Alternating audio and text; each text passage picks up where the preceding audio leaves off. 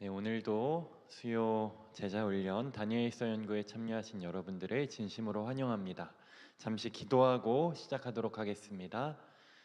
하늘에 계신 아버지 하나님, 오늘 아침에 우리를 깨워주시고 또 하나님의 말씀으로 연구할 수 있는 시간을 주심에 감사드립니다.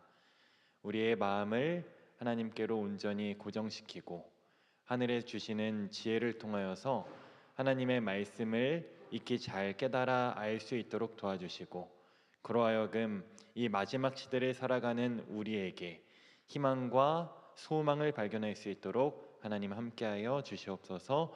예수님의 이름으로 기도합니다. 아멘. 네, 오늘은 제8과 재림전 심판의 때입니다. 재림전 심판의 때인데요. 주제 성경절을 함께 읽고 시작하도록 하겠습니다. 주제절 다니엘서 8장 14절입니다. 그가 내게 이르되 2300죄악까지니 그때의 성소가 정결하게 되리라 하였느니라. 다니엘서 8장은요, 이 마지막 때를 살아가는 우리에게 희망과 소망을 줍니다. 8장 25절에 뭐라고 이야기하고 있냐면, 그가 사람의 손을 말미암지 않고 깨어지리라 라고 이야기하고 있습니다. 이게 무슨 말인가 하면, 이 다니엘서 8장 10절부터 계속해서 이어지는 내용은 하나님의 백성들이 고통당하고 짓밟히고 하늘의 진리가 이렇게 내동댕이 쳐지는 그러한 상황을 계속해서 이야기하고 있는데요. 그래서 천사가 예수님에게 물어본 것입니다. 도대체 이러한 일이 언제까지 있겠습니까? 라고 할 때 분명히 끝이 있음을 이야기하고 계신 것입니다. 2300주야까지니 그때의 성소가 정결하게 되리라. 그리고 그 마지막 마침내 그 작은 뿔은 그가 사람의 손을 말미암지 않고 깨어지겠다고 이야기합니다. 세상 역사를 통해서 사라지는 것이 아니라 하나님의 능력과 하나님의 계획하심 속에서 완전히 깨어지고 하나님의 나라가 승리하고 성도들이 신원을 받을 것이라는 것을 이야기하는 것입니다. 다니엘 2장, 7장, 8장은요 3중 예언으로 이루어져 있습니다.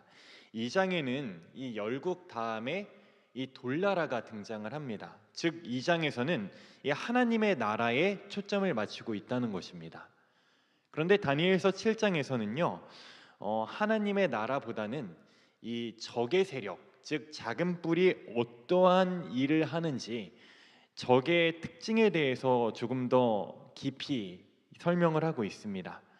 그런데 이 심판이 있을 것이라는 것을 예고하고는 있지만 언제 어떻게 이루어질 것이라는 것은 기록되어 있지 않습니다. 그래서 이어서 오늘 살펴볼 8장에는 작은 뿔은 이 7장의 심판의 시기가 정확히 나타나고 있지 않기 때문에 이것을 보충해 주고 있습니다.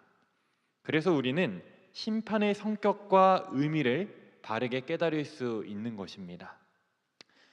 시작하는 이야기를 잠시 보면요, 이런 이야기로 시작을 하고 있습니다. 사형 선고 집행을 기다리며 나날을 초조하게 이 공포로 보내고 있던 한 사형수가 탄식을 하며 이렇게 고백했습니다. 죄를 짓더라도 죽을 죄는 짓지 마시오. 그런데 우리는 모두 언제 어떻게 죽을지 모르는 사형수와 같은, 우리 모두는 죄인이기 때문에 사형수와 같은 상태인 것입니다. 여러분들은 혹시 법정에 서보셨나요? 예, 저도 법정에 서본 경험은 없지만 꿈에서 수술대에 오른 기억은 있습니다. 그런데 수술이 큰 수술도 아니고 그냥 맹장 수술로 제가 응급실에서 이제 수술실로 들어가기 직전이었는데요. 얼마나 무섭던지요.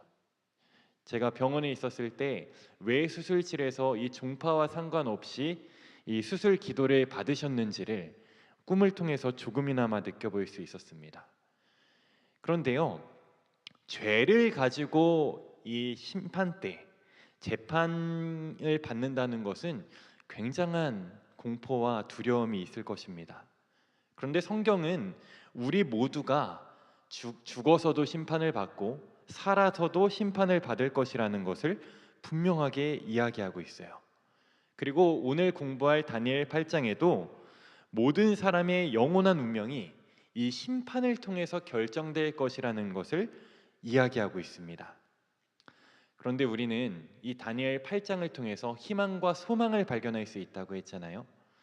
우리가 이 8장을 계속해서 공부할수록 우리에게 주어지는 이 심판은 우리에게 두려움과 공포를 주는 것이 아니라 도리어 희망과 소망을 주는 것을 우리가 깊이 생각하고 그것을 발견할 수 있는 시간이 되기를 바랍니다. 다니엘서 8장의 개요를 살펴보면 크게 두 부분으로 나눠집니다. 1절부터 14절은 계시가 주어집니다. 이 계시는 밤의 꿈을 통해 나타난 것이 아니고요, 대낮에 이 환상을 통해서 주어진 것입니다. 그리고 15절부터 27절 후반부는 이 해석하는 천사를 통해서 해석이 주어집니다. 우리 다니엘서 1번부터 한번 보도록 하겠습니다. 다니엘은 언제 어디서 두 번째 계시를 받았는가? 라는 질문을 가지고 첫 번째 문제를 보겠습니다. 다니엘서 8장 1절은 이렇게 시작합니다. 나 다니엘에게 처음에 나타난 환상 후 벨사살 왕 제3년에 다시 한 환상이 나타나니라. 내가 환상을 보았는데 내가 그것을 볼 때에 내 몸은 엘람 제방 수산성에 있었고 내가 환상을 보기는 을레강변에이니라 라고 설명합니다. 여기 보시면요, 다니엘이 몇 번째 환상을 본 거라고 이야기합니까? 두 번째라고 이야기합니다. 첫 번째는 근데 이 시간을 이야기하고 있는데요, 벨사살 왕 제3년이라고 합니다. 즉 이 첫 번째 계시라는 것은요, 처음에 나타난 환상이라는 것은 다니엘서 7장 1절부터 14절에 나타난 첫 번째 계시를 말하는 것입니다. 그리고 두 번째 계시가 어디에 있었을 때요? 엘람이라는 지방의 수산성에 있었을 때 나타났다라고 이렇게 설명하고 있습니다. 을레강은요, 수산성 북동쪽에 흐르는 이 폭 27m 정도의 인조 운하가 있는 큰 강이라고 합니다. 이 수산성은 엘람의 수도였고 다리오 1세 때의 수도이기도 했다고 합니다. 아마도 이때 다니엘이 엘람 수산성에 있었다는 것을 우리가 생각해 볼 때 이 엘람 지방도 다니엘의 속국이었다는 것을 우리는 생각해 볼 수 있는 것입니다. 그런데요, 우리가 생각해 볼 것은요, 다니엘서는 이 시간적 순서대로 배열되지 않았다는 것입니다. 1장부터 6장은 역사적인 사건, 7장부터 12장은 예언적인 사건을 정리하고 있는데요, 우리는 이 8장이 7장과 8장이 이 벨사살 원년과 제3년에 기록되었다는 것을 통해서 알 수 있는 것은 다니엘서를 순서대로, 시간 순서대로 배열을 하면 1장, 2장, 3장, 4장, 그리고 7장, 8장 다음에 5장입니다. 그리고 6장, 9장, 10장, 11장, 12장이 되겠습니다. 두 번째 질문을 보겠습니다. 계시 가운데 동쪽에서 나타난 첫 번째 짐승은 무엇이며 어느 나라를 상징하는가? 라는 질문을 주고 있습니다. 그런데 이 다니엘 8장은요, 이 환상이 참으로 친절하게도 너무나도 그 해석이 분명합니다. 다니엘 8장 3절의 말씀을 제가 읽겠습니다. 내가 눈을 들어본즉 강가에 두 뿔 가진 수양이 섰는데 그 두 뿔이 다 길었으며 그중 한 뿔은 다른 뿔보다 길었고 그 긴 것은 나중에 난 것이더라 라고 설명합니다. 또 밑에 8장 20절에 그 해석이 나오는데요, 네가 본 바 두 뿔을 가진 순양은 곧 메대와 바사 왕들이요 라고 설명합니다. 우리가 2장에서는 이 양팔 가슴으로, 그리고 앞에 7장에서는 몸 한편을 든 곰으로 나타났던 이 메데 페르시아가 이 8장에서는 숫양으로 나타나고 있는 것입니다. 그런데 두 뿔을 가졌는데 그 두 뿔의 특징이 어땠습니까? 네, 한쪽 뿔이 다른 뿔보다 훨씬 길었다는 것입니다. 앞에 7장에서도 이 곰이 한쪽 팔을 이렇게 들고 있었다는 것은 힘의 불균형을 상징하는 것입니다.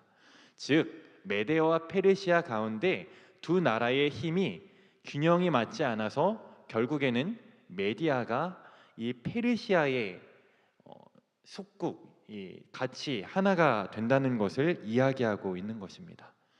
그런데요, 원래는 메디아가 훨씬 더 강대국이었습니다. 그리고 그 당시 이 고레스가 다스리던 이 페르시아는 정말 작은 국가였습니다. 그런데 이 외조부 아스티아게스에게 대항해서 이 메디아까지 통일을 해버리는 것입니다. 다음 문제를 한번 보겠습니다. 수장의 활동 범위와 방향에 대한 어떤 언급이 있는가라고 묻고 있는데요. 이 메데페르시아의 숫양이 서쪽과 북쪽과 남쪽을 향하여 바드나라고 설명되어 있습니다. 여기에 이 어느 방향이 빠져 있습니까? 서쪽과 북쪽과 남쪽은 있는데 어디가 없어요? 동쪽이 없습니다. 동쪽은 왜 없는 것일까요? 이 메데페르시아가 출몰한 장소가 바로 이 동편이기 때문입니다. 이란 고원에 자리 잡은 이 메데페르시아가 동편에서 왔기 때문에 주로 그들의 이 공략은 서방 공략이었습니다. 지도를 한번 살펴볼까요? 이 페르시아 제국은 북쪽으로는 리디아를, 그리고 서쪽으로는 바벨론을, 남쪽으로는 이집트를 이렇게 정복하였습니다. 곰이 입에 새 갈빗대를 물었을 때 그때도 우리가 살펴보았듯이 이 페르시아는 리디아와 바벨론과 이집트를 차례차례로 정복하면서 정말 이 말씀처럼 힘이 커져갔습니다. 그런데 서쪽에서 두 번째 짐승이 나타났는데요. 이 짐승은 어떤 짐승이었고 어느 나라를 상징할까요? 5절입니다. 내가 생각할 때에 한 수렴소가 서쪽에서부터 와서 온 지면에 두루 다니되 땅에 닿지 아니하며 그 염소의 두 눈 사이에는 현저한 뿔이 있더라. 여기 21절에 보면요, 천사가 또 친절하게 설명합니다. 털이 많은 숫 염소는 곧 누구라고 합니까? 헬라 왕이요 라고 설명합니다. 국명까지 해석해주는 이 숫염소의 신원을 분명하게 헬라로 이야기하고 있는 것입니다. 그리고 이 숫염소의 두 눈 사이에 돌출한 이 큰 뿔, 현저한 뿔이 있다고 했는데요.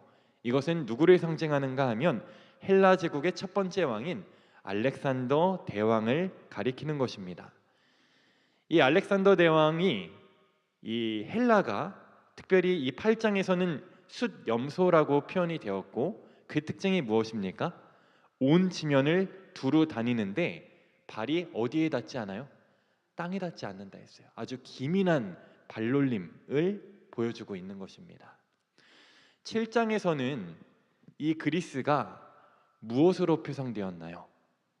얼굴이 4개인 표범이고 날개가 달려 있었습니다. 그렇죠? 표범은 안 그래도 빠른데 이 날개까지 달렸으니 얼마나 빠른지, 그 나라가 얼마나 강대하고 빠르게 이 적국들의 점령에 갔는지를 아주 자세하게 묘사하고 있는 것입니다. 실제로 이 알렉산더 대왕은요 10년 동안 페르시아 제국을 정복하고 또 이집트를 포함하여 동쪽으로 인도의 인더스강까지 동정을 마쳤습니다. 그래서 이 스스로를 아시아의 군주라고 이렇게 표현할 정도로 아시아와 유럽을 호령하는 아주 대단한 사람이 바로 이 알렉산더 대왕이었습니다.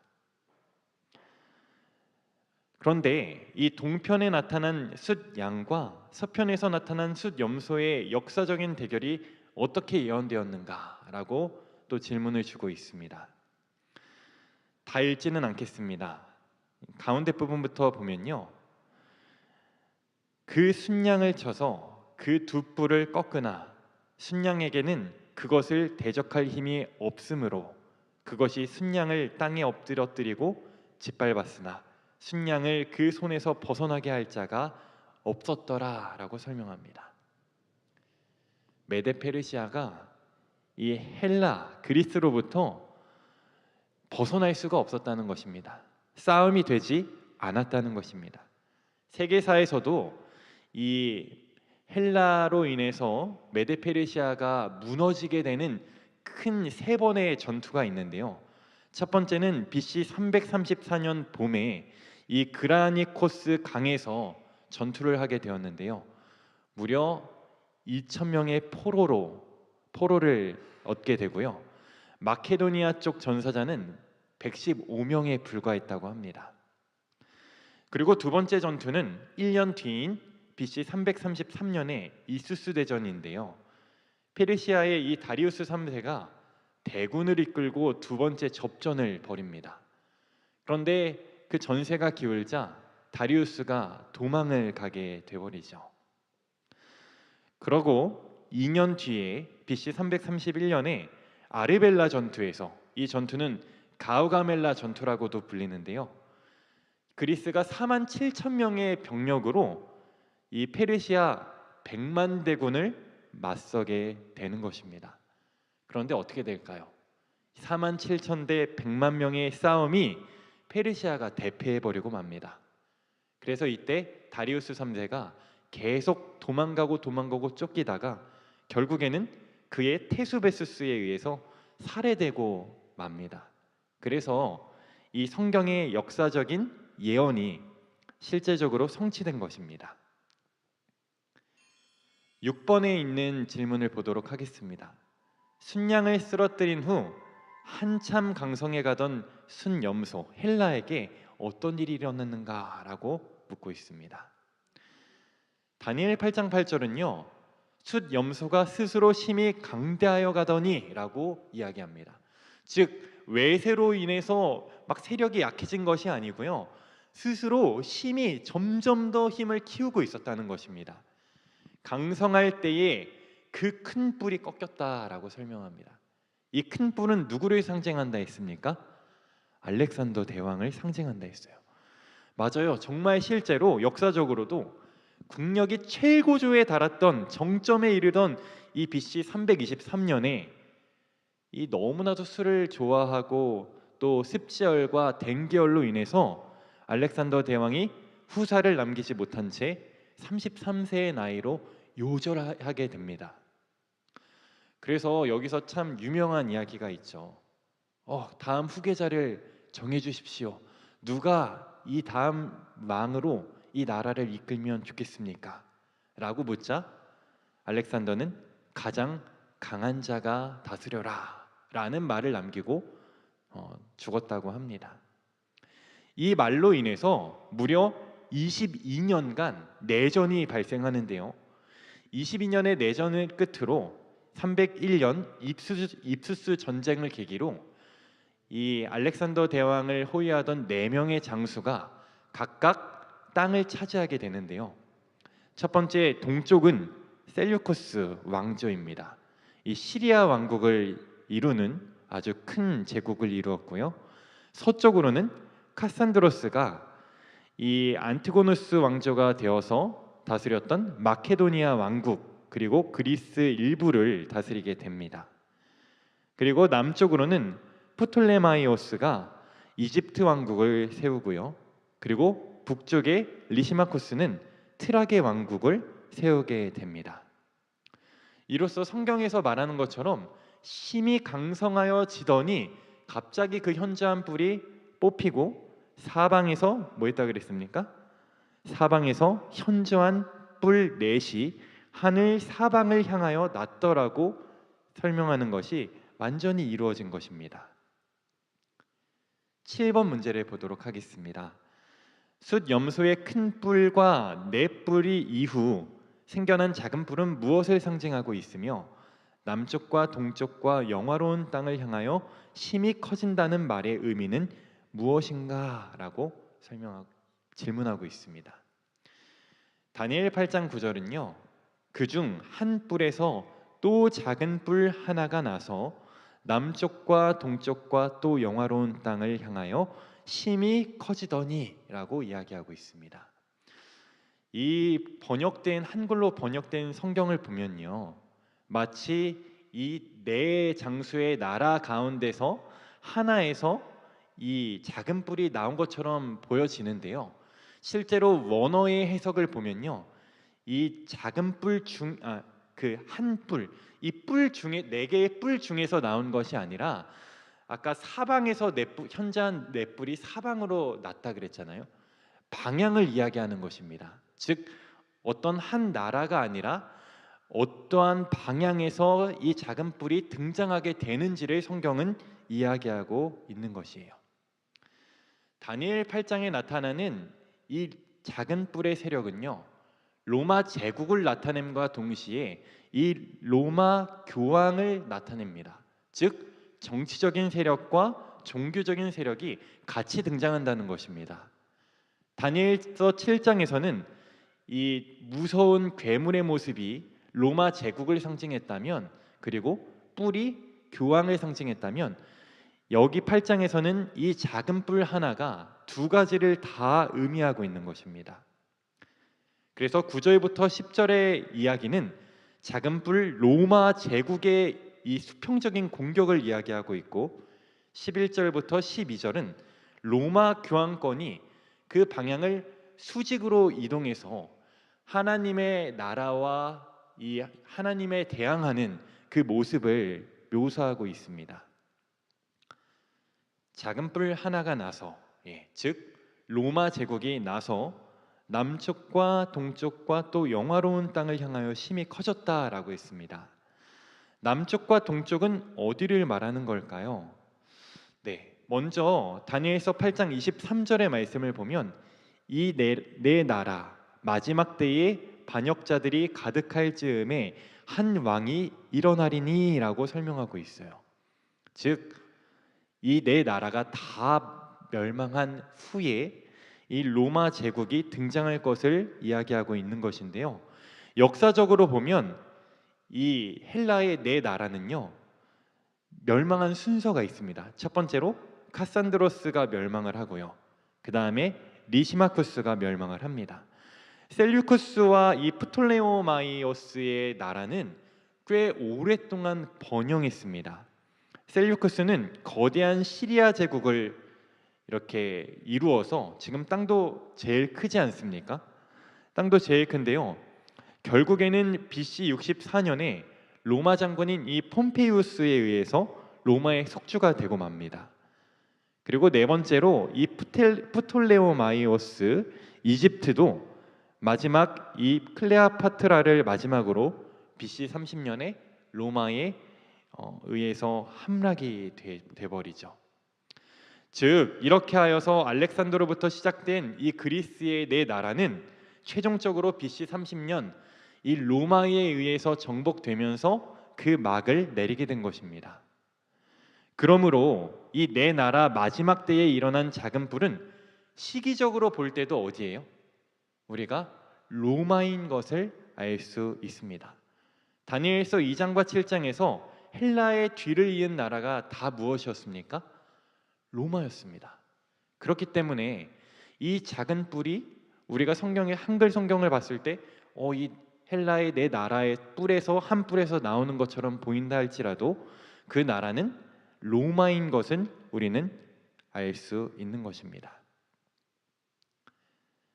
여기 보면 4절에는 이 메데페르시아가 그것이 원하는 대로 행하고 강하여졌더라 라고 했습니다. 영어로는 great라고 되어 있고요, 그리스는 숫 염소가 스스로 심히 강대하여 가더니 영어로는 very great라고 되어 있습니다.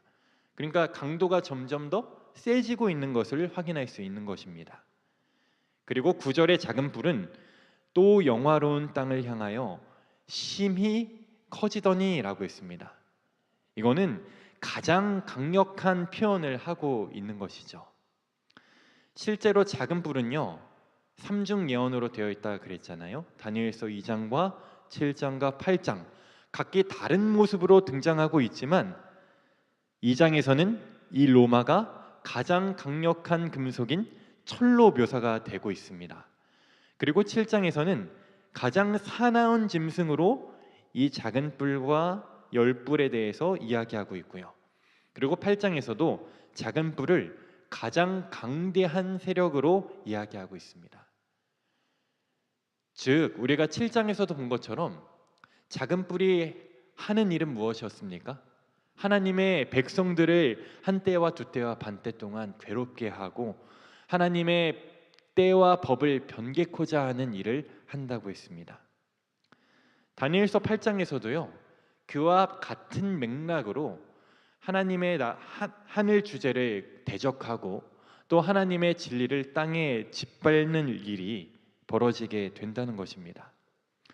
그래서 이 작은 뿔의 세력은 아무리 봐도 이 로마 세력이라는 것을 우리는 알 수 있는 것입니다. 또 이 작은 뿔은요, 마지막까지 지속됩니다. 마지막까지 지속돼요. 철과 진흙으로 여러 단계를 거치지만 결국에는 마지막까지 지속한다는 것입니다. 7장에서도 여러 단계를 거치지만 마지막까지 지속되고요. 8장에서도 작은 뿔은 마지막까지 지속됩니다. 그런데요, 참으로 감사한 것은 이 작은 뿔이 하나님의 성도를 괴롭게 하고 하나님을 대적하는 일이 영원할 것 같고 정말 꺼지지 않을 것 같이 보인다 할지라도 이것은 끝날 것을 매 장마다 삼중 예언을 통해서 우리에게 이야기하고 있습니다. 2장에서는 돌나라를 통해서 그 세상 역사가 하나님의 나라로 마무리될 것을 이야기하고 있고요. 7장에서도 예수님께서 당신의 백성들을 신원하신 후에 원한을 풀어주신 후에 성도들이 나라를 얻겠다라고 표현하고 있고요. 8장에서도 사람의 손으로 되지 않은 것을 통해서 이 작은 뿔이 완전히 산삭조각 날 것을 이야기하고 있는 것입니다. 즉 심판이 약속되어 있다는 것입니다. 결국에 하나님의 손이 이 일을 할 것이라는 것을 우리에게 이야기하고 있는 거예요. 점점 시간이 흐르고 세월이 갈수록 그리스도인으로서 살아가는 것이 너무나도 어려운 것이 사실입니다. 그리고 앞으로 더더욱 어려워질 것이 성경의 예언입니다. 그러나 우리는 오늘 이 다니엘서 8장을 통해서 분명한 하나님의 심판의 약속을 보게 됩니다.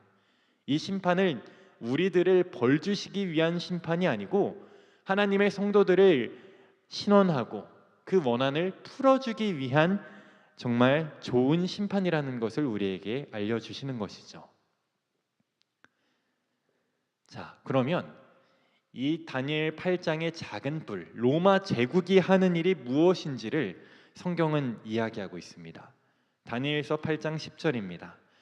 그것이 하늘 군대에 미칠 만큼 커져서 그 군대와 별들 중에 며칠 땅에 떨어뜨리고 그것들을 짓밟는다라고 설명합니다. 다니엘서 8장 24절에 나타난 천사의 설명에 의하면요, 하늘의 군대는 거룩한 하나님의 백성들, 곧 성도들을 가리키고요. 또 별 중에 몇은, 즉 강한 자는 이 하나님의 백성들의 지도자들을 의미하는 것입니다. 그러므로 이 예언은 제국 로마가 하나님의 거룩한 백성들과 지도자들을 박해할 것이라는 것을 예언해 놓은 것입니다. 우리 한번 그 예시를 한번 보도록 하겠습니다. 책에 나와 있는 부분을 제가 읽도록 하겠습니다. 특별히 로마의 디오클레이티아누스 황제 치하에서는 10년 동안 일어난 박해는 광폭하기가 이를 데 없었는데 그는 AD 303년 기독교 탄압을 위한 칙령을 발표하고 교회와 성물과 성전을 파괴하고 모든 지폐를 불허했다. 당시 목격자의 증언에 따르면 도끼로 너무 많은 그리스도인의 목을 찍었기 때문에 도끼날들이 무뎌져서 다른 도끼로 바꿔야 했으며, 또한 목을 내려치는 자가 너무 피곤하여 서로 교대하면서 목을 쳤다고 했다. 너무나도 잔혹한 일이 발생된 것입니다. 예루살렘이 멸망한 후에 첫 2세기 동안 이 폭군 네로 황제를 비롯하여 여러 이 황제의 통치를 통해서 그리스도인들은 끊임없이 박해를 당했어요. 이 AD 313년 콘스탄티누스가 이 밀라노 칙령을 내리기 전까지 많은 사람들이 이 황제 숭배를 강요받고 순교할 수밖에 없었습니다. 그 역사적인 성취가 바로 10절의 이야기입니다. 이후 11절부터는 작은 뿔의 정체는 바로 로마 제국이 아니라 로마 교황권을 나타내는데요. 자, 11절에 있는 말씀을 보도록 하겠습니다. 또 스스로 높아져서 군대의 주제를 대적하며 그에게 매일 드리는 제사를 없애버렸고 그의 성소를 헐어버렸다라고 설명합니다. 처음에는 이 수평적인 곳으로 그 방향이 향했다면, 이제는 스스로 높아져서 군대의 주제를 대적하는 이 수직적인 활동을 하게 되는 모습을 보여주고 있습니다. 여기서 군대라는 것은 하나님의 백성을 나타내고 군대의 주제는 예수 그리스도를 나타내는 것입니다. 이 스스로 높아졌다라는 이 표현은요, 이 로마 교황이 스스로 그리스도의 대리자로서 자처한다는 것을 묘사하는 이 구절입니다. 다니엘서는 교황권에 대해서 그래서 스스로 높아져서, 스스로 높여, 스스로 크다라는 표현을 다니엘서 8장과 11장에 계속해서 나타나고 있는 것을 우리는 확인할 수 있습니다. 그런데 이 로마 교회가 그에게 매일 드리는 제사를 없애버린다라고 설명하고 있어요. 이것은 뭘 의미하는 것일까요? 매일 드리는 제사의 히브리 원어는 타미드인데요, 계속적인, 영속적인, 정규적인이라는 뜻으로 하늘 성소에서 행하고 계시는 이 예수 그리스도의 중보 사역을 가리키는 것입니다. AD 70년 성전이 완전히 파괴되고 헐어졌기 때문에 이 2300주야의 예언 속에 있는 이 매일 드리는 제사를 없애겠다는 이 이야기는 지상 성소가 아니라 당연히 하늘 성소에 대한 이야기임을 우리는 생각해 볼 수 있는 것입니다. 예수님의 십자가로 인해서 지상 성소에서 매일 드려졌던 모든 희생 제사는 이제 폐지되었고, 그 지상에서 있었던 그 사역을 예수님께서 부활 승천하셔서 지금도 우리를 위하여 신원하고 계시고 중보하시는 이 중보자의 역할을 하고 계신 것입니다. 그런데 로마 교회는 어떻게 했습니까? 이것을 미사로 대체해 버립니다. 미사가 무엇인가 하면요, 여기 제가 이 부분을 가져왔는데요, 로마 교회의 미사는 예배가 아니라 제물을 드리는 제사임이 가톨릭 교회의 교리 문답서에서 확인할 수 있습니다. 이거는 저희 교회에서 주장하는 것이 아니라 가톨릭 교리 문답서에 분명히 제시되어 있는 내용입니다. 문답 문제 질문 920번입니다. 미사는 십자가의 희생제사와 같은 제사인가?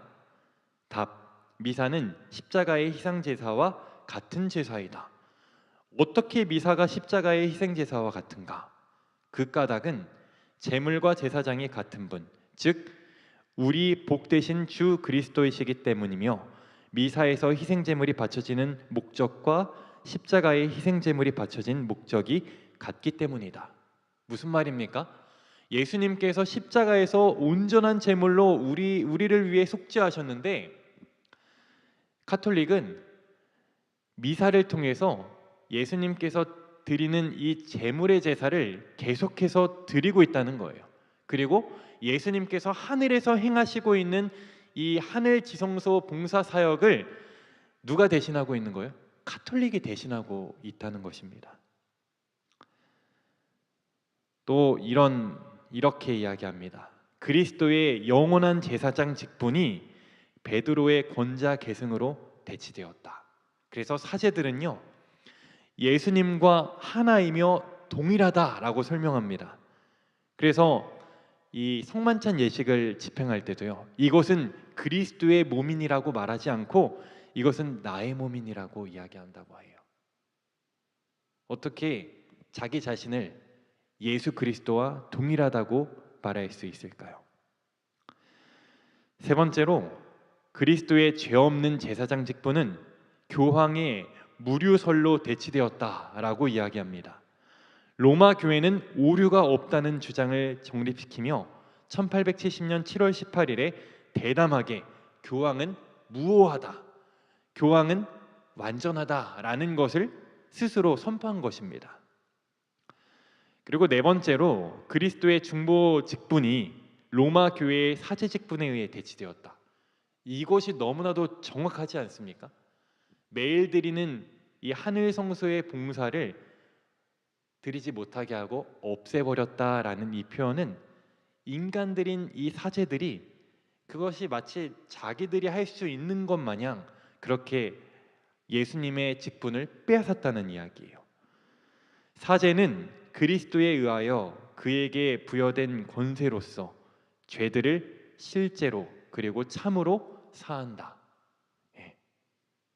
사람이 예수님께서 하셔야 할 사역을 대신하여서 자신이 죄를 사할 수 있다고 말하는 것입니다. 스스로를 높여서 하늘을 대적하고 하나님을 대적하는 것이죠. 11번은 넘어가도록 하겠습니다. 7장과 8장에 이 작은 뿔의 공통점들을 나열한 것인데요, 이거는 책을 한번 그냥 참고하시면 되겠습니다. 다음 문제로 가도록 하겠습니다. 12번입니다. 하나님을 대적하는 수직적 활동을 시작한 작은 뿔이 행할 어떤 다른 일이 예언되어 있는가? 그 뒤에 보면 또 진리를 땅에 던지며 자애로 행하여 형통하였더라 라고 설명합니다. 또 진리를 땅에 던졌다라는 표현은요, 비성경적인 교리들을 만들어서 성도들을 기만했다라는 것을 예언한 것입니다. 첫 번째로 무엇이 있습니까? 때와 법을 변개하여 하나님의 율법을 변경하여 일요일을 높이고 안식일을 버리도록 했습니다. 두 번째, 면죄부 판매를 했고요, 연옥설을 주장하고 교황 무료설을 주장하고 영혼 불멸설을 주장했습니다. 또 예수님을 통하여 우리가 속죄를 받고 중보를 받는 것이 아니라 마리아를 숭배하도록 하였고요, 또 미사제도와 화채설이 있습니다. 지금 제가 말씀드린 이 8가지의 이 비성경적인 이 오류들은요, 대체로 성서에 나타난 구원의 원리를 파괴하는 데 이용되는 것들임을 우리는 알 수 있습니다. 다니엘 7장 21절의 예언대로 작은 뿔은 성도들로 더불어 싸워 이기며 형통하였던 것입니다. 언제까지요? 1260년간 말입니다.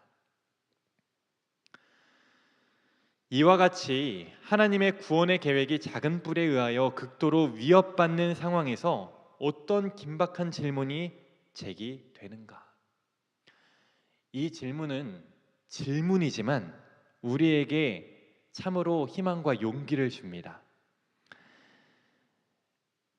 내가 들은즉 한 거룩한 이가 말하더니 다른 거룩한 이가 그 말하는 이에게 묻되 환상이 나타난 바 매일 드리는 제사와 망하게 하는 죄악에 대한 일과 성소와 백성이 내준 바 되며 짓밟힐 일이 어느 때까지 이를꼬 하매.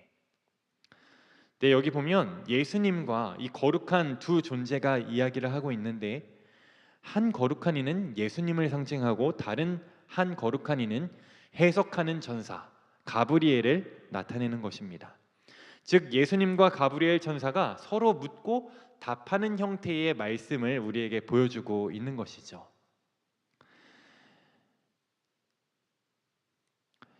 이 일이 어느 때까지 이를꼬?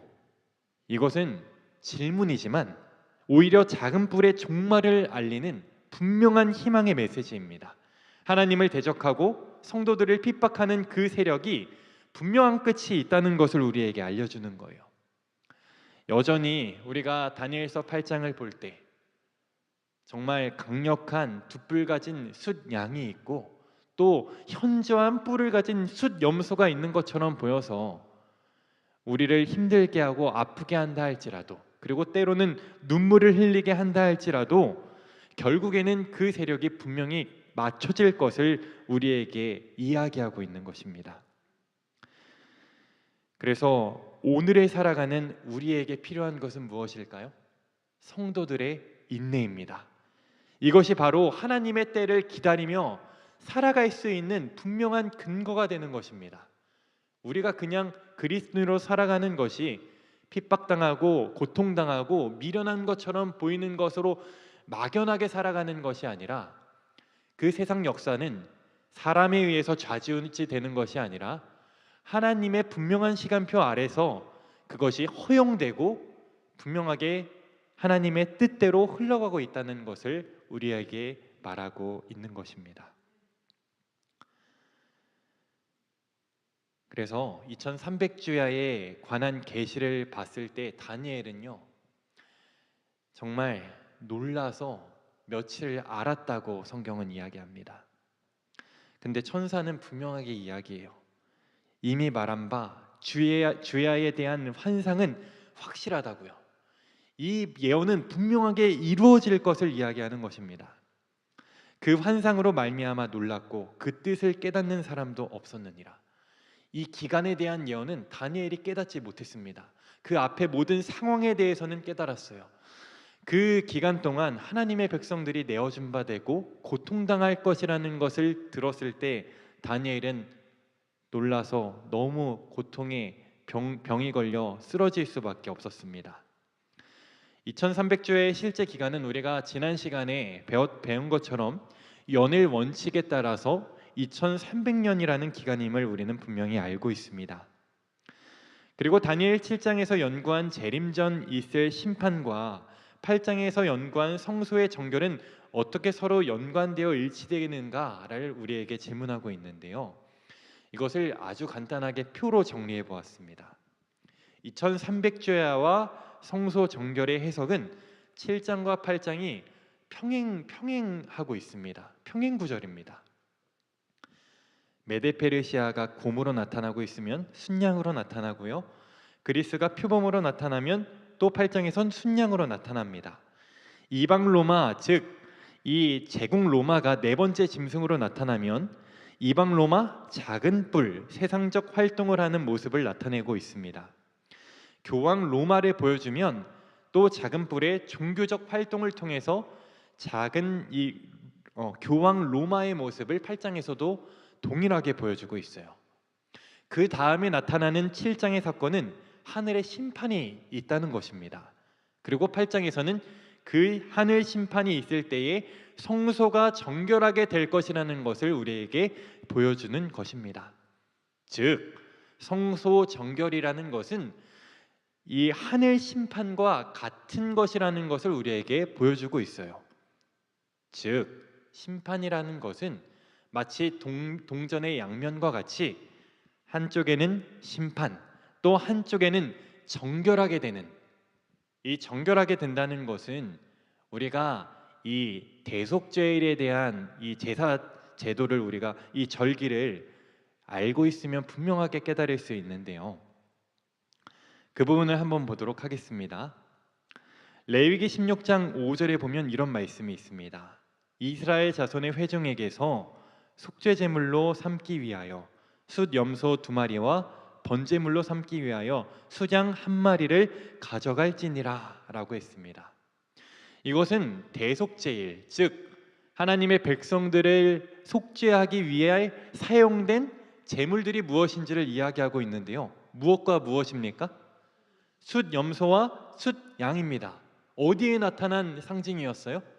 다니엘 8장에 나타난 이 메데페르시아와 그리스를 상징하는 나라의 동물들이라는 것입니다. 여기에도 참으로 하나님의 배려가 들어가 있습니다. 만약 이방 왕들이, 이방 사람들이 이 다니엘 8장의 이야기를 봤다면 이게 무슨 이야기야? 했을 것입니다. 그러나 이 다니엘과 이 제사제도의 이 절기에 대해서 익히 알고 있던 다니엘과 유대인들에게는요, 이 동물들이 나옴과 동시에 그들은 대속죄를 떠올렸을 것입니다.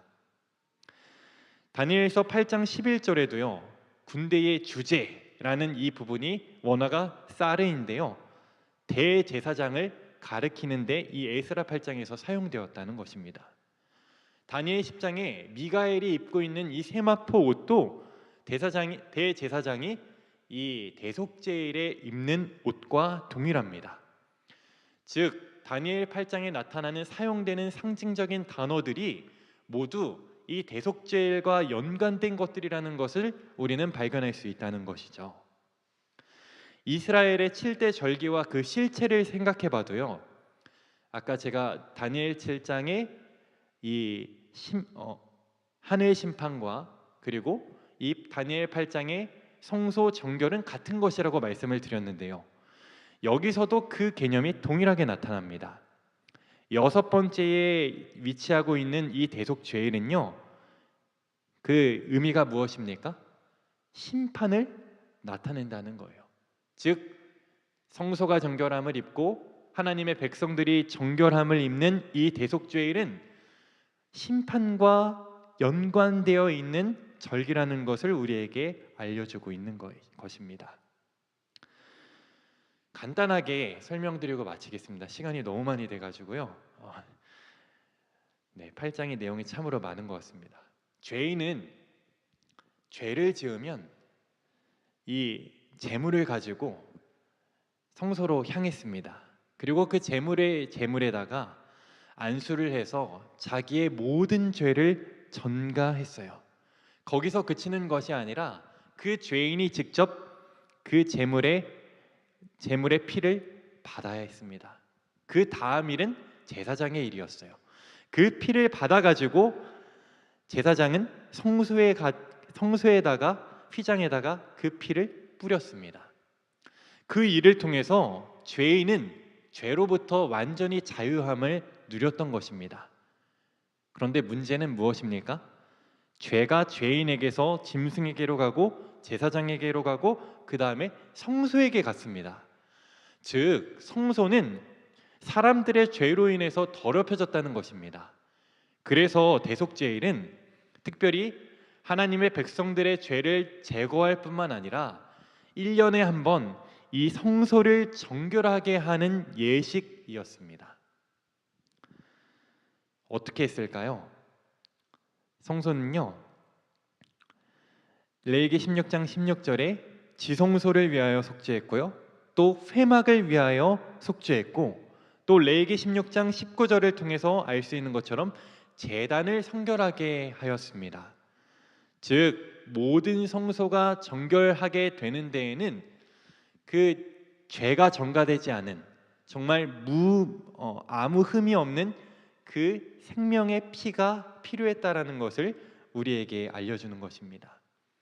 그리고 이때 대제사장이 성소를 정결하는 봉사를 할 때 밖에서 백성들은 그냥 아유 끝났다, 잘 끝나겠지 하고 가만히 있던 것이 아니고요, 그들은 정말 스스로 괴롭게 하며, 이 스스로 괴롭게 한다라는 것은 금식하며 회개하는 행위를 가리키는 것입니다.